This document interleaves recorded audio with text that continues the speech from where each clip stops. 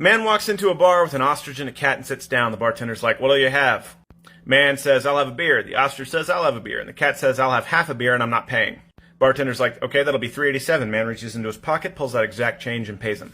About an hour later, the bartender comes back around. What'll you have? Man says, I'll have a beer. The ostrich says, I'll have a beer. And the cat says, I'll have half a beer and I'm not paying.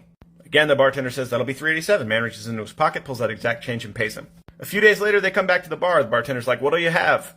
The man says, I'll have a scotch. The ostrich says, I'll have a bourbon. And the cat says, I'm having half a beer and I'm not paying.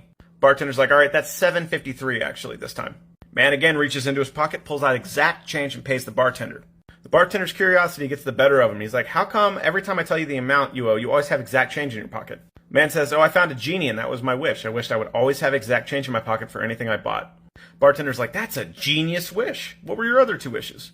Man says, that's where I fucked up. I wished for a chick with long legs and a tight pussy.